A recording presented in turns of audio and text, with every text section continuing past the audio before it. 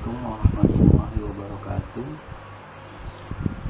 Saya Wan Rintana, praktisi hipnoterapi dan NLP. Oke, kebetulan ini saya dapat pertanyaan, temanya adalah apakah hipnotis bisa dibuat untuk kejahatan. Oke, ini sebenarnya temanya menarik ya. Nah, dari sisi praktisi sendiri sebetulnya ada dua pendapat. Ada yang menganggap ketika orang mengaku dihipnotis dan hartanya atau benda-benda yang dibawanya itu hilang, misalnya cincinnya, emasnya atau apapun itu, nah itu adalah menurut sebagian praktisi itu bukan hipnotis tapi hanya penipuan. Tapi secara pribadi saya menganggap itu adalah hipnotis. Nah, hipnotis di sini adalah sebenarnya ketika sebuah pikiran atau sebuah komunikasi yang menembus alam bawah sadar dan menembus, mungkin ini bahasnya terlalu teknis ya, artinya seperti misalnya kita menyebutnya filter mental atau critical factor, itu sudah tertembus dan menembus alam bawah sadar yang dilakukan oleh komunikasi yang dilakukan oleh pelaku hipnotis tersebut, maka apapun yang diminta oleh atau diperintahkan oleh pelaku itu akan dituruti oleh korban gitu.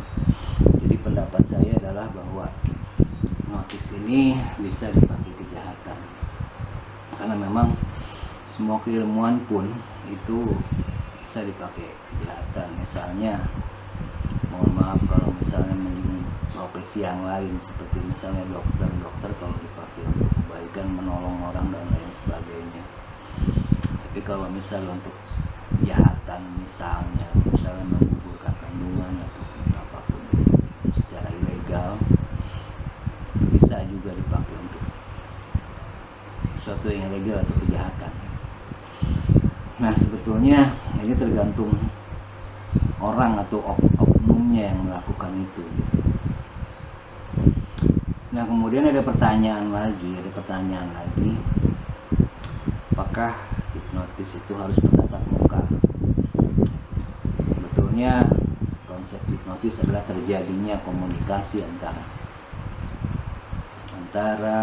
korban dengan pelaku. Nah, di sini komunikasi itu artinya tidak perlu bertatap muka, dengan jarak jauh pun bisa sebetulnya. Penting ada komunikasi antara pelaku dengan korban. Biasanya ini lewat telepon, lewat brosur atau apapun itu, sehingga terjadi komunikasi yang akhirnya si pelaku mengarahkan korban untuk mengikuti apa yang diinginkannya. Oke, mungkin ilustrasinya seperti misalnya modus ini biasanya akan mengambil tema misalnya ketakutan seseorang, terus misalnya kesenangan seseorang, misalnya mendapatkan sebuah gift atau hadiah yang besar, atau misalnya membeli barang dengan diskon yang sangat besar dan lain sebagainya. Yang artinya memanfaatkan sisi-sisi ketakutan atau kesenangan korban gitu. Atau mungkin sisi lain misalnya si pelaku ini pura-pura, pendekatannya misalnya pura-pura menjadi teman lamanya, teman SMP atau teman apa yang sudah mungkin puluhan tahun tidak ketemu, terus diarahkanlah untuk membuat korban misalnya tiba-tiba menjadi amnesia, karena modus ini biasanya dilakukan itu dengan bertatap muka atau berdialog langsung. Yang paling banyak dilakukan biasanya misalnya Anda bertemu di jalanan, tiba-tiba bersalaman atau menepuk pundak Anda dan mengaku teman Anda, teman SMP atau apapun itu, yang misalnya sudah puluhan tahun gak ketemu. Dia akan melancarkan pertanyaan atau pernyataan selama lebih dari 10, dan Anda belum sempat menjawab, itu sudah ditanya lagi oleh pelaku. Nah, biasanya orang itu akan bisa bertahan 8-10 pertanyaan atau pernyataan. Setelah itu otak menjadi hang. Itulah kemungkinan orang menjadi amnesia atau apapun itu. Seperti pertunjukan stage hipnotis yang tiba-tiba orang menjadi lupa nama, lupa angka dan sebagainya. Itu bisa diarahkan gitu. Misalnya mengambil ATM, terus dia walaupun dia lupa nama tapi bisa mengingat pinnya tersebut.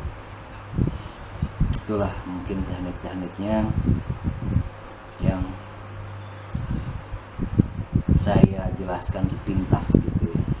Mudah-mudahan dapat dimengerti oleh kalian, oleh Anda semua. Oke. Nah, sebetulnya di sini yang paling terakhir mungkin gimana caranya menghindari kejahatan hipnotis ini. Pertama, mungkin kalau misalnya Anda di sebuah tempat bertemu dengan orang baru dan orang tersebut mempunyai gelagat yang aneh, tiba-tiba menjadi baik hati, tiba-tiba menjadi so akrab apapun itu, Anda harus waspada, karena ada kemungkinan orang itu sedang melakukan proses hipnotis terhadap Anda. Waspadalah dengan orang baru yang Anda kenal. Kejahatan hipnotis akan terjadi bila ada proses komunikasi verbal maupun verbal antara pelaku dan korbannya. Oke, sekian dari saya mungkin. Semoga memberikan pencerahan. Kita tetap semangat di masa sulit. Jika Anda selalu berpikir positif, semoga semuanya jadi akan jauh lebih mudah. Tetap semangat di masa sulit. Stay at positive thinking. Okay, thank you.